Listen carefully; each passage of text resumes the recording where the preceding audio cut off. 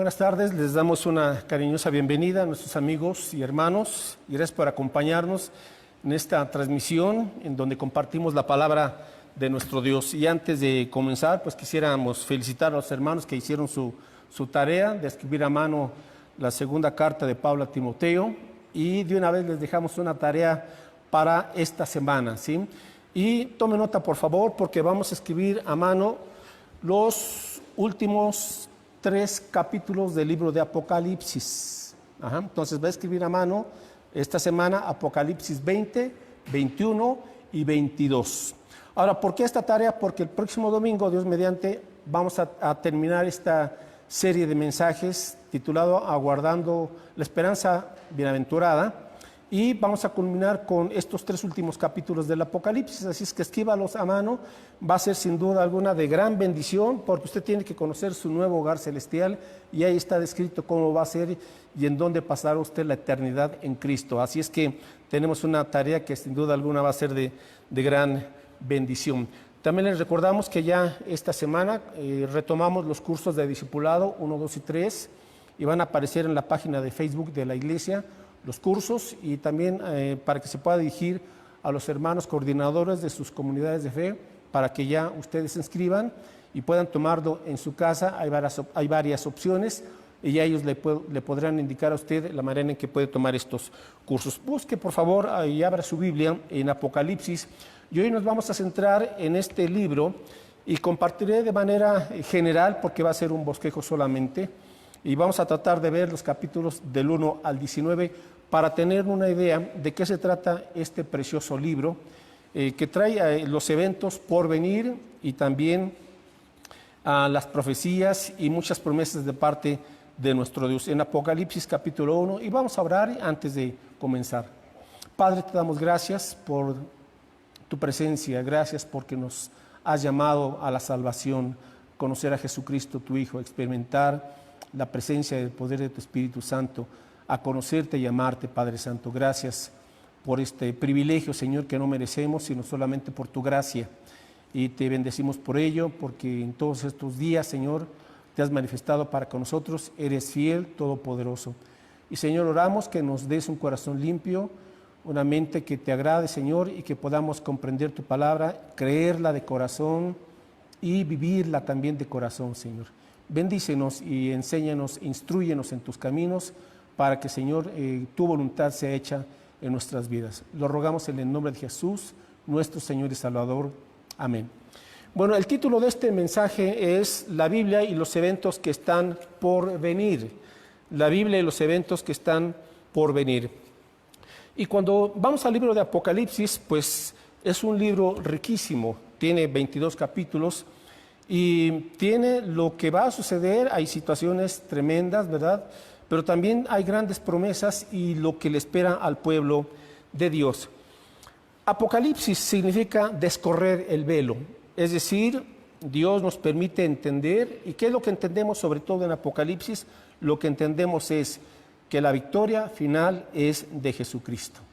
Él vence sobre Satanás, sobre el pecado, sobre la muerte y sobre este sistema mundial. Apocalipsis entonces nos permite entender el plan y el propósito general de Dios para el universo. ¿Y cuál es ese plan y propósito? El establecer su reino. Entonces Apocalipsis nos permite entonces confiar en el Señor y saber que Él es soberano y que todos los asuntos de la humanidad están en las manos de Dios. Es decir, la historia del hombre es la historia de Cristo, y es lo que tenemos nosotros que entender.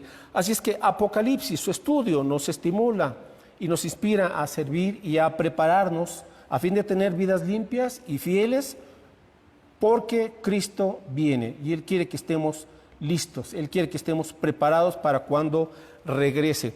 Bueno, capítulo 1, y voy a tener que ser general y avanzar rápido para tratar de entender de qué se trata. En el capítulo 1 tenemos una revelación, una visión de quién es Jesucristo. Ahora, ¿por qué comienza Apocalipsis con la visión de quién es Cristo? Y aquí nos da algunas figuras, algunos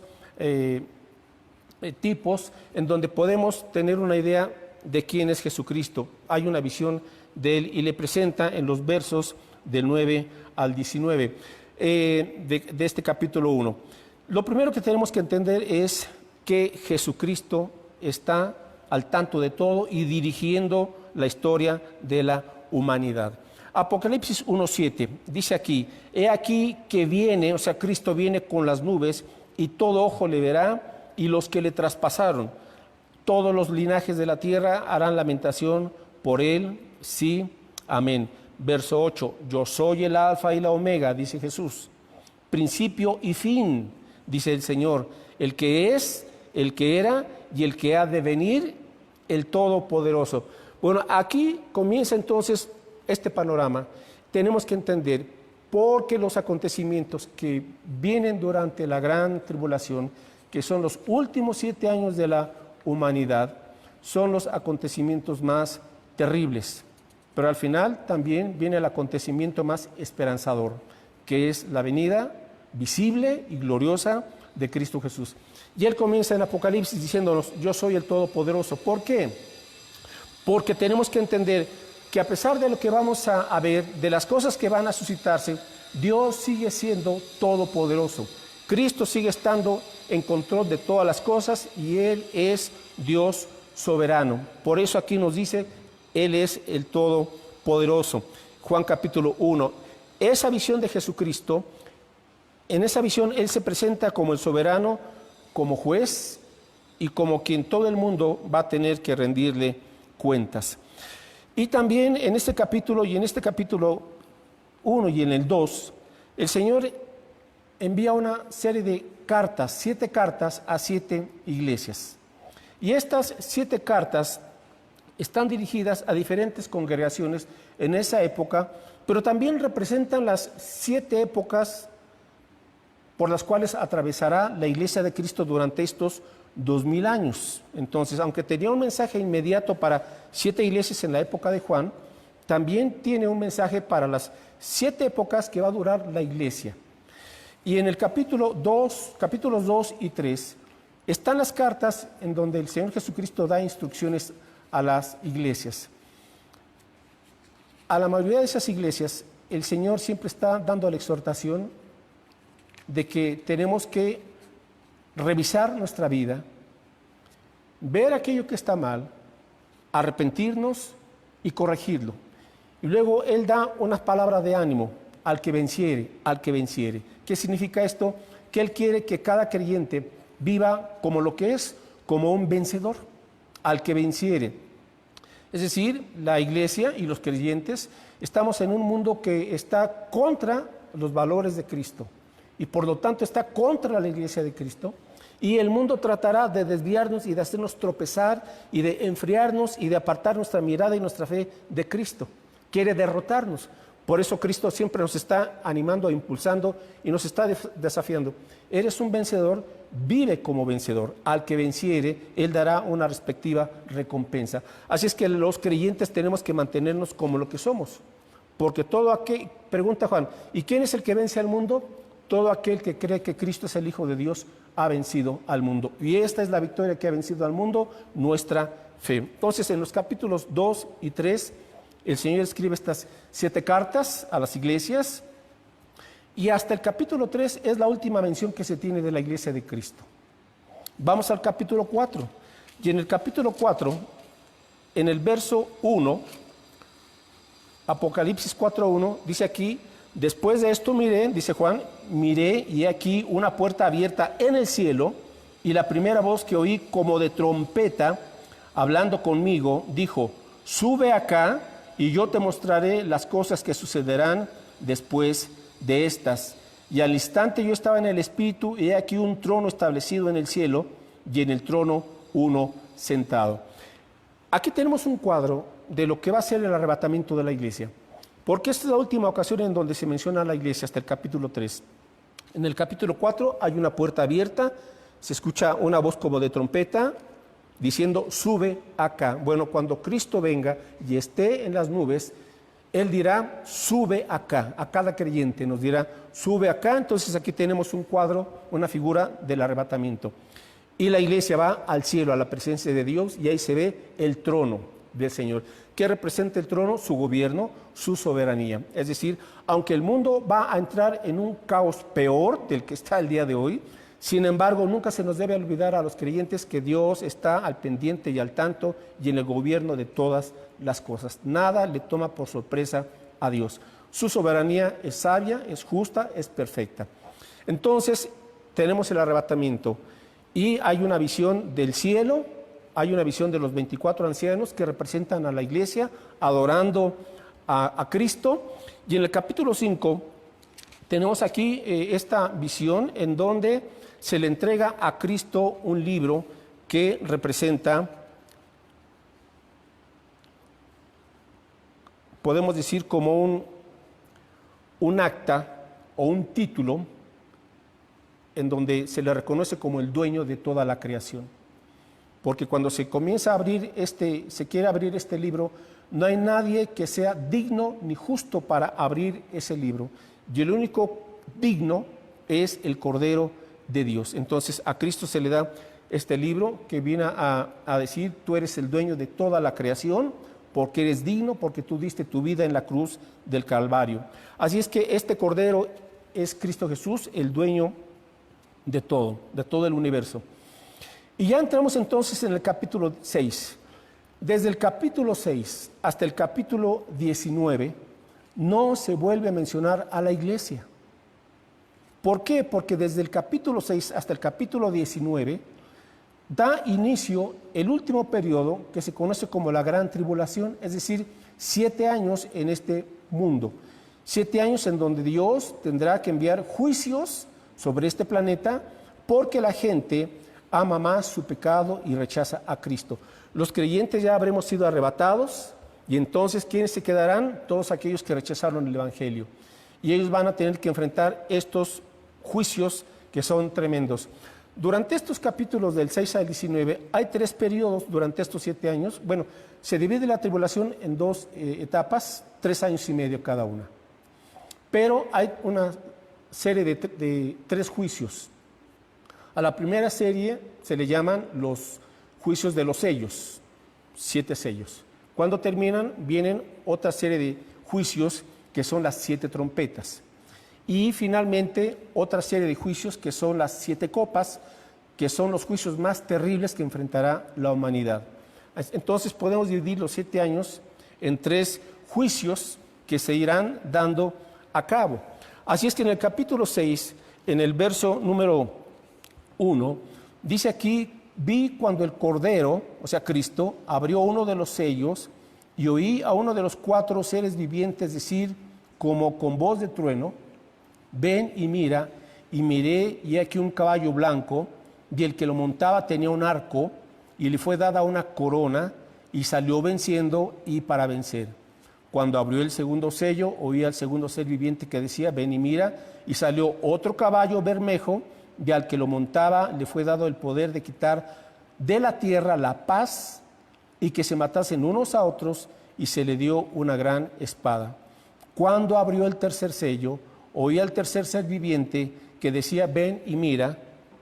Y miré, y he aquí un caballo negro, y el que lo montaba tenía una balanza en la mano. Verso 7. Cuando abrió el cuarto sello, oí la voz del cuarto ser viviente que decía: ven y mira. Miré, y aquí un caballo amarillo, y el que lo montaba tenía por nombre Muerte, y el Hades le seguía, y le fue dada potestad sobre la cuarta parte de la tierra para matar con espada, con hambre, con mortandad y con las fieras de la tierra. Bueno, comienza entonces esta primera serie de juicios que se llaman los sellos, en donde salen 4 caballos, y aquí hay 4 juicios, y comienza con el primer caballo, un caballo de color blanco, y un jinete, el que lo montaba, tenía un arco, y le fue dada una corona, y salió venciendo y para vencer. ¿Quién es este personaje? ¿A quién representa? Algunos se han confundido y han pensado que representa a Cristo. No, este caballo blanco representa al anticristo, porque él siempre es un imitador. Vemos a un caballo blanco y su jinete hasta el capítulo 19. Y en el capítulo 19, ese caballo blanco y quien lo monta efectivamente es el Señor, representa al Señor Jesucristo montando ese caballo blanco.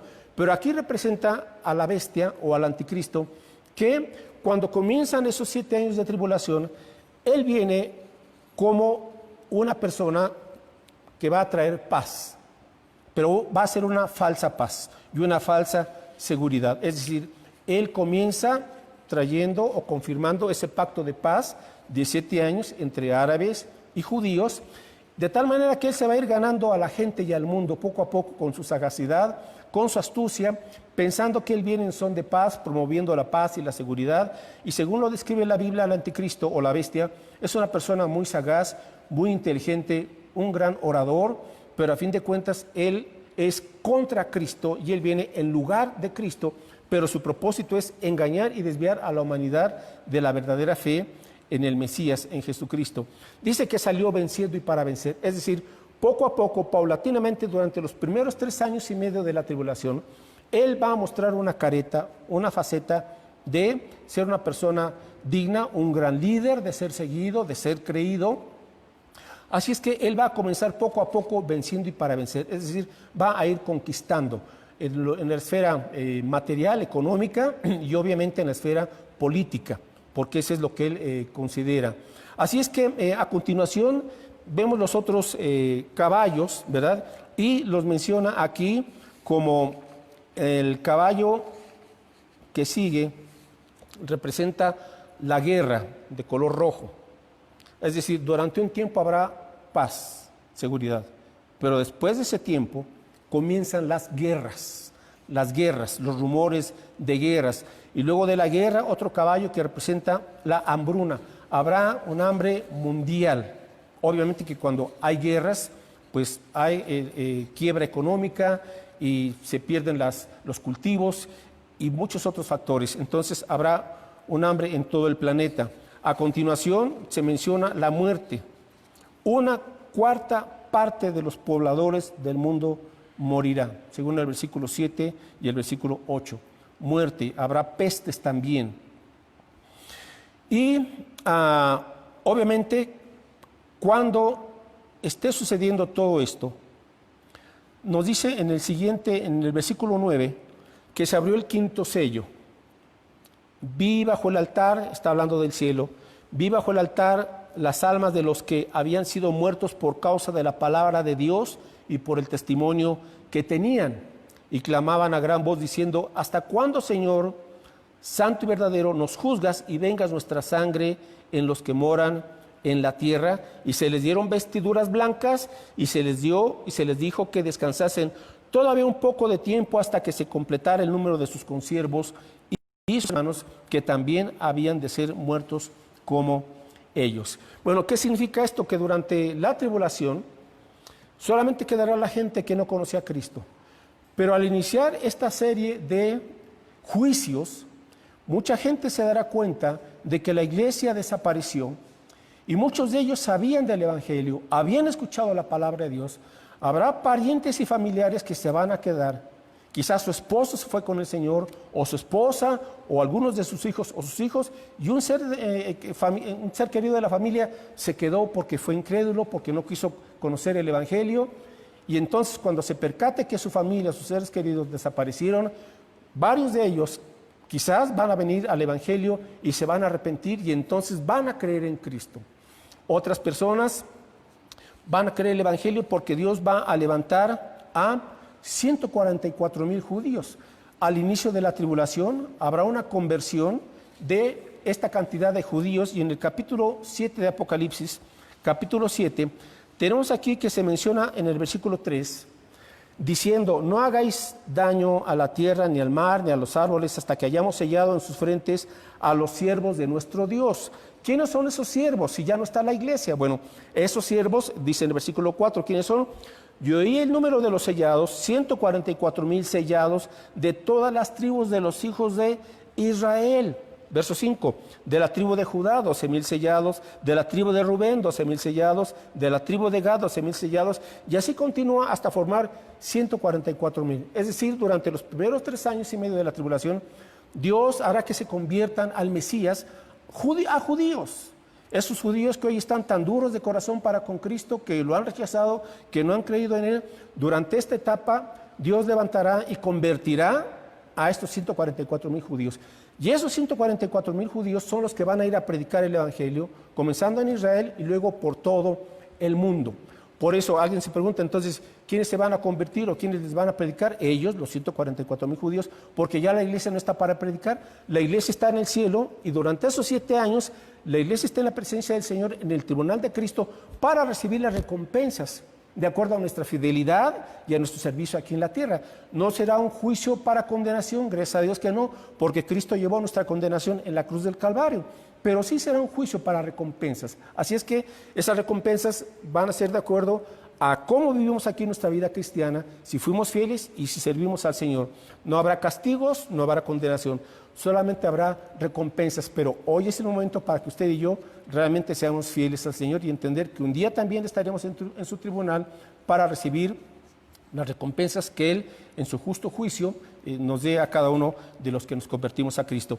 Bueno, en esos 3 años y medio de la tribulación, estos 144,000 judíos predican de Cristo y miles o quizás millones de personas, tanto judíos como gentiles, se van a convertir al Evangelio, porque van a estar viendo los juicios de Dios y porque van a estar escuchando también la predicación de labios de este grupo de fervientes seguidores de Cristo. Bueno, continúa aquí también en el capítulo 7, en donde, bueno, en el capítulo 6 vuelve a mencionar otro juicio, que es miles de creyentes se convierten en mártires por su fe en Cristo. Ahora, habrá algo, durante la tribulación se desatará la maldad como nunca antes, se desatará el satanismo, el ocultismo, la perversión, la drogadicción, los robos, todas las fechorías que uno se pueda imaginar estarán desbordándose. ¿Por qué? Porque ya la iglesia fue quitada y la iglesia es la sal que está evitando que ahorita el mundo se corrompa completamente. Entonces, cuando el Espíritu Santo retire su poder restrictivo del pecado y la iglesia sea levantada, no habrá nada que limite ni la maldad del hombre, ni tampoco la maldad de Satanás. Por ello es que se desatará persecución contra todo aquel que se diga cristiano. Y habrá entonces muerte. Los creyentes en esa época, su fe en Cristo tendrá el costo de pagar o con su vida o tendrán que aceptar la marca de la bestia para que puedan comprar y vender o adquirir alimentos. Y quien se deje poner esa marca de la bestia no va a poder entrar al cielo y se condenará para siempre. Por eso habrá persecución y los creyentes se encontrarán en la disyuntiva: ¿confío en Cristo o me vendo al anticristo, dejándome poner esa marca? Así es que por eso habrá persecución y todo aquel que no adora a la bestia, muerte. Lo van a llevar a la guillotina. Así es que serán tiempos terribles. Por eso es que vemos aquí esta persecución y al final del capítulo 6 se nos habla de un gran terremoto. Durante Apocalipsis del 6 al 19 se mencionan 3 grandes terremotos. Y en esta primera etapa de los 3 años y medio comenzará este primer movimiento. Dice aquí en el versículo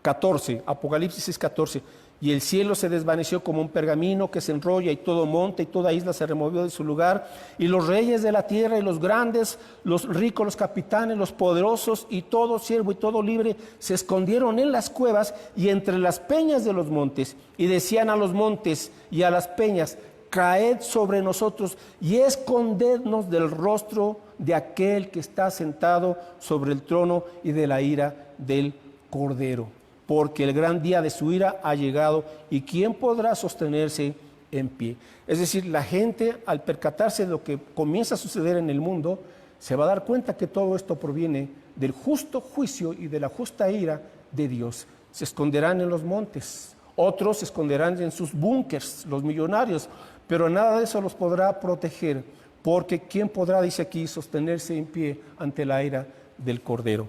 En el capítulo 7 entonces se nos menciona de estos 144,000, y en esa visión dice en el capítulo 7, en el versículo 9: después de esto miré, y aquí una gran multitud, la cual nadie podía contar, de todas naciones y tribus y pueblos y lenguas, que estaban delante del trono y en la presencia del Cordero, vestidos de ropas blancas y con palmas en las manos. Bien, Seguimos ahora al versículo 12. Perdón, versículo 13. Entonces uno de los ancianos habló diciéndome: estos que están vestidos de ropas blancas, ¿quiénes son y de dónde han venido? Y yo le dije, o sea, Juan le dijo: Señor, tú lo sabes. Y él me dijo: estos son los que han salido de la gran tribulación y han lavado sus ropas y las han emblanquecido en la sangre del Cordero. Por esto están delante del trono de Dios y le sirven de día y de noche en su templo, y el que está sentado sobre el trono extenderá su tabernáculo sobre ellos. Ahora, en esta visión Juan ve multitudes, pero ya en el cielo. ¿Quiénes eran ellos? Los que murieron por causa de su fe en Cristo durante la tribulación. Es decir, habrá una gran persecución sobre los que se conviertan durante esa época de la tribulación. Bueno, tenemos entonces ese primer periodo o esa serie de juicios. Capítulo 8. Vamos con la segunda serie de juicios, y se les llama a esta segunda serie de juicios los juicios de las trompetas, 7 trompetas, que representan igual una serie de juicios. Capítulo 8, versículo 7. El primer ángel tocó la trompeta y hubo granizo y fuego mezclados con sangre que fueron lanzados sobre la tierra, y la tercera parte de los árboles se quemó y se quemó toda la hierba. Versículo 8, el segundo ángel tocó la trompeta y como una gran montaña ardiendo en fuego fue precipitada en el mar, y la tercera parte del mar se convirtió en sangre. Verso 9, y murió la tercera parte de los seres vivientes que estaban en el mar, y la tercera parte de las naves fue destruida. Bueno, y así continuamos con los siguientes juicios, o sea, granizo y fuego mezclados con sangre, cae como una gran montaña ardiendo, cae del cielo y cae en el mar, y el mar se convierte en sangre. Siguiente, cae una gran estrella del cielo sobre los ríos, y ahora sobre el agua dulce se convierte en agua amarga, en agua envenenada. Y en el versículo 12 del capítulo 8 habla de que una parte del sol y de la luna se oscurecen, y también de las estrellas. Es decir, comienza a haber fenómenos cósmicos como nunca antes vistos. Entonces la gente se percatará: algo le está pasando al sistema planetario, al universo, algo está sucediendo. Esta segunda serie de juicios dura aproximadamente 5 meses. Y continuamos con otra de las plagas de esa época. Capítulo 9.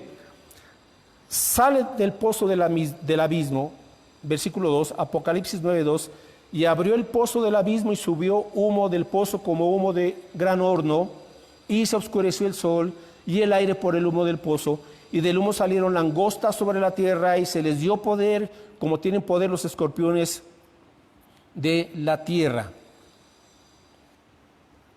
Ahora, estas langostas, según tenemos la descripción del capítulo 9, no vamos a leerlo todo, son seres demoníacos.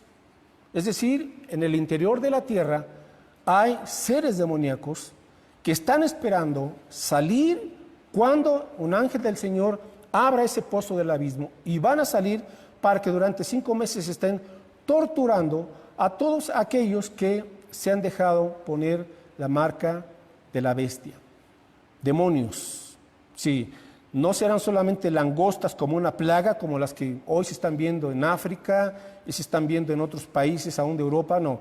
Estas serán langostas demoníacas que van a atormentar a todos aquellos que no quisieron saber el Evangelio. Ahora, ¿cuál será la respuesta de muchas personas? Así como habrá multitudes que se van a convertir a Cristo y van a pagar con su vida, también habrá mucha gente, millones, que van a seguir resistiéndose al Evangelio. ¿Por qué? En el capítulo 9, en los versos 20, al final de esta serie de juicios, dice aquí Apocalipsis 9:20, y otros hombres que no fueron muertos con estas plagas, ni aún se arrepintieron de las obras de sus manos, ni dejaron de adorar, observe lo que habrá durante esa época, ni dejaron de adorar a los demonios y a las imágenes de oro, de plata, de bronce, de piedra y de madera, las cuales no pueden ver, ni oír, ni andar, y no se arrepintieron de sus homicidios, ni de sus hechicerías,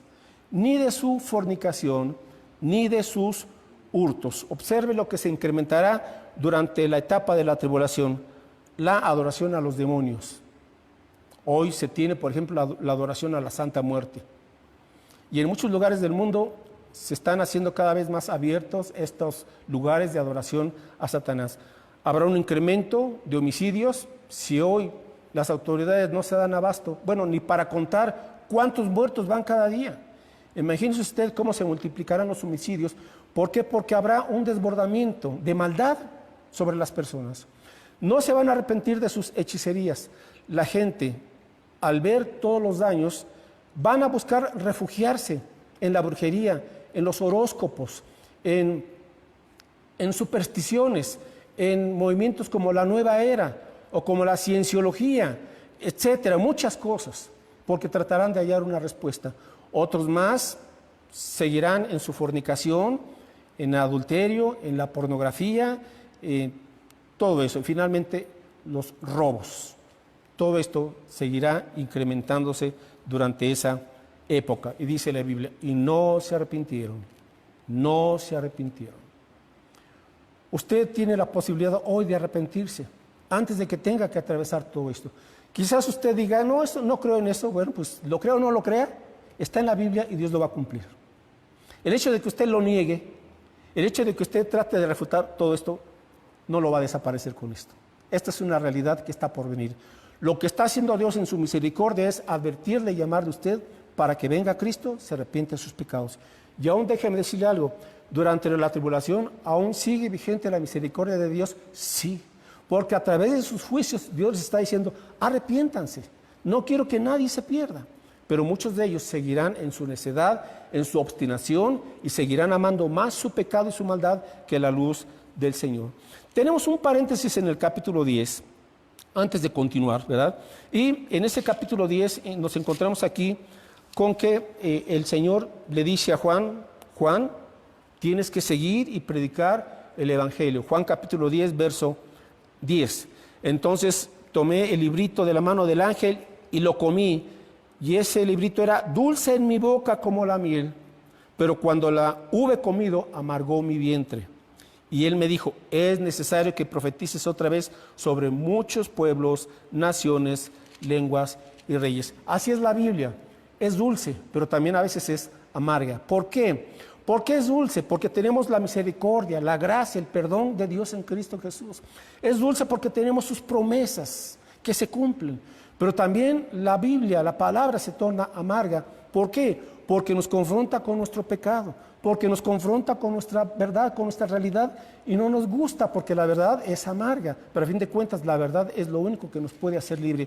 Sin embargo, el Señor les dice, tienes que predicar la palabra, las buenas noticias y también lo que viene, lo dulce y lo amargo, para que la gente comprenda lo que viene por delante. Bueno, vamos ahora al capítulo 11, y en el capítulo 11 nos estamos aproximando ya a la mitad de la gran tribulación. Aquí ya han pasado más o menos 3 años y medio, y en el capítulo 11, antes de esa segunda parte, Dios levanta a dos testigos.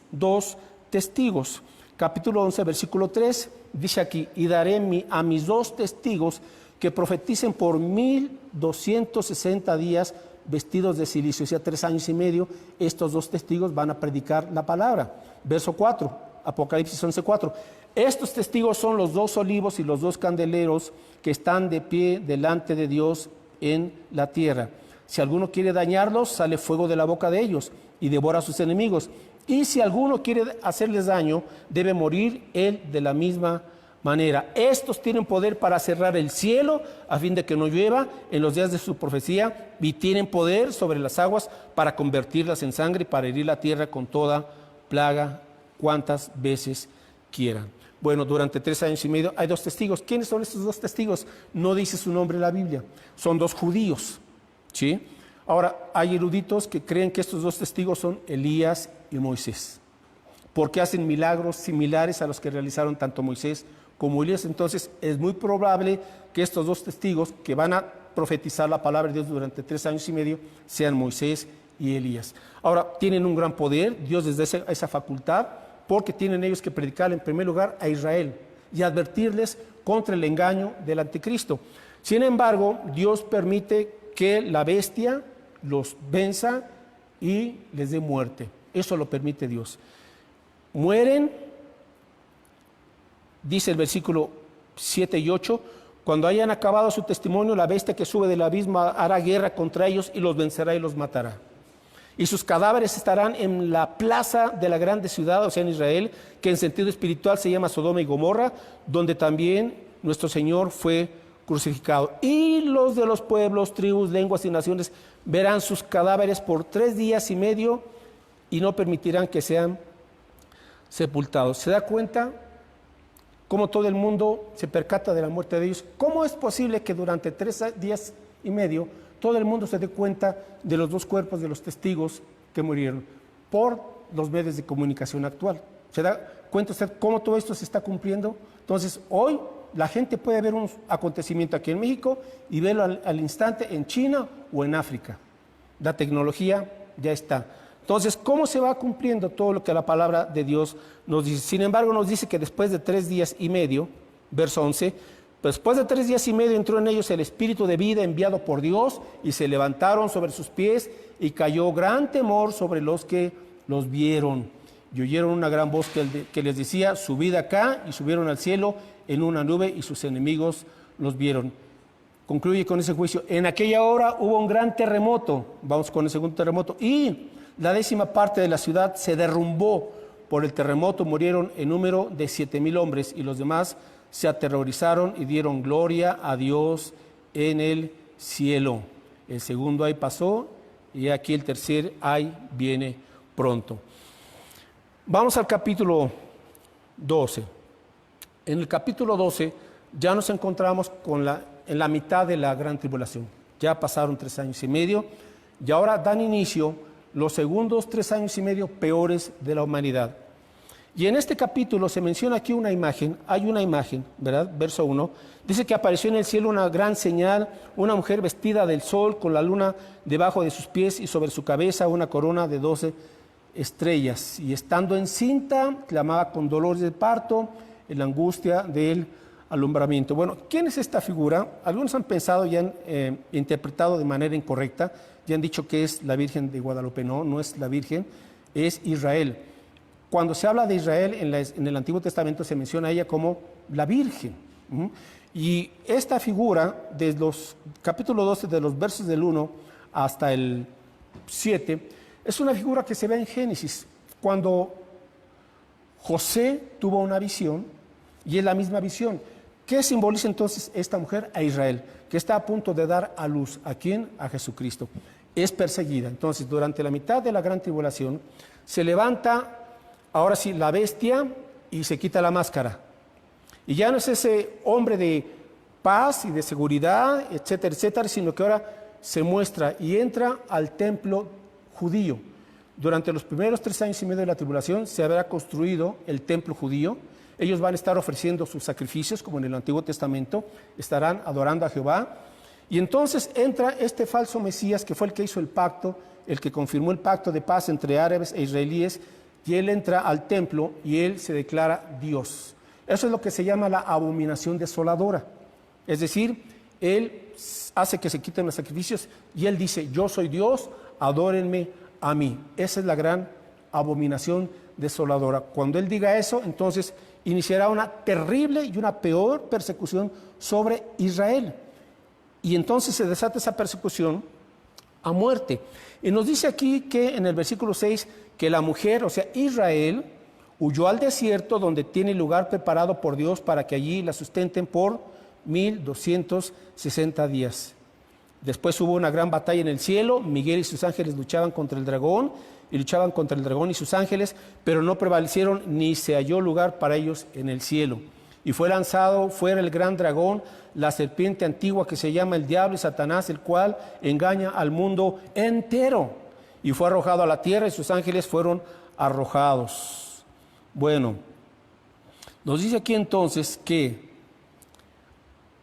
la bestia manda perseguir a Israel, y ahí es cuando el Señor Jesús dice, los que están en Judea huyan a los montes. Se refiere a ellos. No dice, hay gente que ha pensado que ahora durante la tribulación tenemos que irnos a los campos a vivir. No. Cuando el Señor les dice, vayan al campo, huyan a los montes, es a ellos, porque la persecución se desata contra ellos. Y les dice el Señor, ni regresen por sus pertenencias. huyan, corran. Entonces, muchos de los judíos irán, se supone, a un lugar llamado Petra, para ahí ser protegidos por Dios y sustentados de manera milagrosa por Dios. Y cuando el anticristo ve que no puede aniquilarlos, regresa para aniquilar entonces a los que estén en Israel, en Jerusalén. Bueno, entonces es lo que estamos viendo en este capítulo 12, se desata esa tremenda persecución. Capítulo 13. En el capítulo 13 ya nos encontramos aquí con que el anticristo está en plena efervescencia. Ya se hizo una confederación de 10 países, ¿verdad? Quizás 5 países europeos y 5 países del Medio Oriente, pero liderados por el anticristo. Entonces ellos le entregarán todo su poder y toda la autoridad. Y es ahí que cuando nos encontramos el propósito del anticristo. ¿Cuál es? Apocalipsis 13:4. Y adoraron al dragón que había dado autoridad a la bestia. ¿Quién es el dragón? El diablo. Y él le dio autoridad a la bestia, o sea, al anticristo. Y adoraron a la bestia diciendo, ¿quién como la bestia y quién podrá luchar contra ella? Verso 5. También se le dio boca que hablaba grandes cosas y blasfemias y se le dio autoridad para actuar 42 meses, o sea, 3 años y medio. Y hablaba blasfemias contra el nombre de Dios. Verso 8, y adoraron todos los moradores de la tierra, cuyos nombres no estaban escritos en el libro de la vida del Cordero, que fue inmolado desde el principio del mundo. Verso 11, después vi otra bestia. Entonces hay 2 bestias. ¿Quién es esta segunda bestia? Dice aquí, vi otra bestia que subía de la tierra y tenía 2 cuernos semejantes a los de un cordero, pero hablaba como dragón.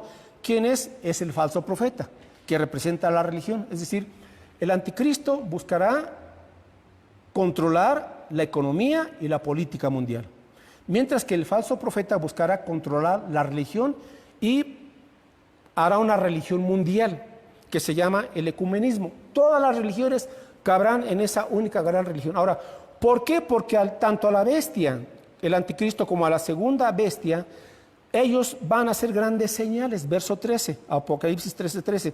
También hace grandes señales de tal manera que aún hace descender fuego del cielo a la tierra delante de los hombres y engaña a los moradores de la tierra con las señales que se le ha permitido hacer en presencia de la bestia, mandando a los moradores de la tierra que le hagan imagen a la bestia que tiene la herida de espada y vivió. Es decir, tendrán un poder demoníaco para hacer señales, prodigios y maravillas. Todo eso es falso. Por ello, nunca un milagro en sí podemos decir que es de Dios. Uno tiene que discernir, ¿verdad? Dios sigue haciendo milagros, pero siempre los milagros serán para su gloria y para que la gente crea en Cristo Jesús, a través también de la predicación de la palabra. Pero aquí estos 2 personajes harán ese tipo de señales y van a estar engañando al mundo entero. Bueno, entonces nos encontramos aquí en este capítulo 13, el falso profeta mandará que la gente tenga ese implante o una marca, o no sé, sabemos si será un chip o algún otro dispositivo, pero esa marca será el 666, que significa que está de acuerdo con el anticristo y que es un adorador del anticristo y del diablo. Capítulo 14, tenemos ahí un paréntesis, ¿sí? Y en el capítulo 15 también es un paréntesis, antes de entrar ya a la recta final, capítulo 16. Y en el capítulo 16 comienzan los peores juicios, se llaman aquí las copas, se derraman las copas de la ira de Dios, y aquí es donde viene el peor terremoto que nunca jamás haya existido. Tanto así que se moverá el eje de la tierra, los montes se hundirán, las islas desaparecerán, muchas ciudades costeras serán inundadas, caerá granizo como de 60 kilos, porque es el juicio final. Mientras tanto, la bestia se prepara para destruir a los judíos en Jerusalén, reúnen a sus ejércitos, hay otros ejércitos que vienen a pelear contra la bestia, se encuentran ahí en Jerusalén, pero en ese momento en que se desatan los últimos juicios, de tal manera que habrá obscuridad, dice la Biblia, que en el día del Señor, cuando Cristo venga, todo el planeta estará en obscuridad. ¿Se imagina usted? Sin la luz del sol, sin la luz que refleja la luna, sin las estrellas del cielo tampoco dando luz. Obscuridad plena, completa. Y en esa obscuridad última, Cuando la bestia esté a punto de aniquilar al pueblo de Dios, junto con los otros ejércitos que iban a pelear entre ellos, de repente viene del cielo una gran señal, la gloria de Dios que ilumina, y es la presencia de Cristo Jesús. Cuando ellos se percatan que viene el Hijo de Dios, entonces se ponen de acuerdo y comienzan a pelear contra Cristo. Qué increíble es esta situación. Piensan que iban a vencer al Señor. Esta batalla le han puesto como nombre la batalla del Armagedón, y se realiza en un lugar plano, ahí a un lado de Israel, y es en ese lugar donde hay miles y miles de soldados con todo su armamento, pero en ese instante en que ellos se preparan para atacar al Rey de Reyes y Señor de Señores, aparece Cristo. Y detrás de Cristo aparecemos la iglesia, todos los creyentes en Cristo y todos los ángeles del cielo. Vienen inmediatamente al planeta, y cuando se quieren enfrentar contra Cristo, el Señor Jesucristo solamente da la palabra. ¿Qué palabra? No sabemos. Pero Él tiene, dice, de su boca sale la espada, que es la palabra de Dios. Y en un instante los aniquila a todos. Ahora sí, en el capítulo 19, aquí se nos habla de este caballo blanco que viene, y el que lo viene montando es Cristo Jesús. Ahí sí, es el Señor Jesucristo que viene montando este caballo blanco al final. Verso Apocalipsis 19, verso número 6. Y oí como la voz de una gran multitud, como el estruendo de muchas aguas, y como la voz de grandes truenos, que decía: aleluya, porque el Señor nuestro Dios Todopoderoso reina. Versículo 11. Entonces vi el cielo abierto, y aquí un caballo blanco, y el que lo montaba se llamaba Fiel y Verdadero, es Cristo, y con justicia juzga y pelea, y sus ojos eran como llama de fuego, y había en su cabeza muchas diademas, y tenía un nombre escrito que ninguno conocía sino él mismo. Estaba vestido de una ropa teñida de sangre. ¿Cuál era esta sangre? La de sus enemigos. Y su nombre es el Verbo de Dios. Verso 14. Los ejércitos celestiales, vestidos de lino finísimo, blanco y limpio, le seguían en caballos blancos. De su boca, de la boca del Señor, sale una espada aguda para herir con ella a las naciones, y él las regirá con vara de hierro, y él pisa el lagar del vino del furor y de la ira de Dios Todopoderoso. Y en su vestidura y en su muslo tiene escrito este nombre: Rey de Reyes y Señor de Señores. En este instante viene Cristo, ahora sí, de manera visible, todo ojo le verá, y él posa sus pies en Jerusalén. Esa es la gran diferencia. En el arrebatamiento, Él nos espera en las nubes y nos levanta. En su segunda venida, nosotros venimos con Él y nos establecemos en Jerusalén. Y ahí nos dice en el versículo 20 lo que le pasa a la bestia. Apocalipsis 19, 20, y con esto terminamos. Y la bestia fue apresada, y con ella el falso profeta, que había hecho delante de ella las señales con las cuales había engañado a los que recibieron la marca de la bestia y habían adorado su imagen. Estos dos fueron lanzados vivos dentro de un lago de fuego que arde con azufre.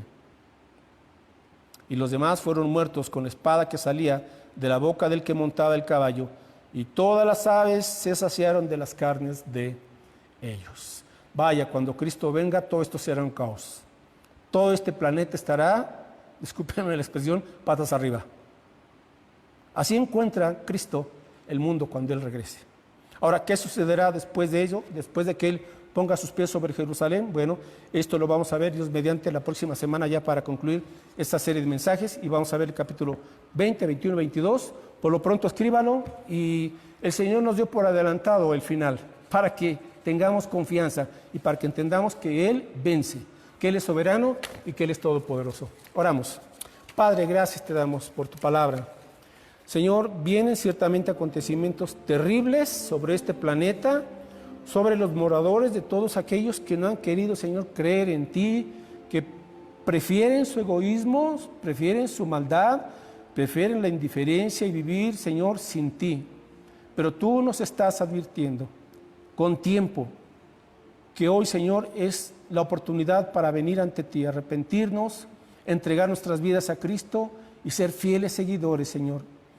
Y es por tu gracia que un día vendrás, Cristo, para arrebatarnos y para evitar que tu iglesia, que todos los creyentes auténticos en el mundo seamos levantados, y así, Señor, nos salvarás de esta gran tribulación. Pero Dios, nos duele lo que sucederá a la gente. Por ello, si creemos esto, Señor, permítenos compartir hoy tu evangelio. Tú nos dices que prediquemos tu palabra a tiempo y fuera de tiempo. Señor, limpia nuestras vidas, permítenos ser creyentes fieles, fervientes, santos, que te amamos de corazón, Señor. Usa nuestras vidas para que otros vengan al conocimiento de aquel que derramó su sangre en la cruz, dio su vida y pagó por nosotros, para que tengamos perdón y vida eterna. En el nombre de Cristo te lo pedimos con acciones de gracias. Amén y amén. Dios les bendiga, hermanos.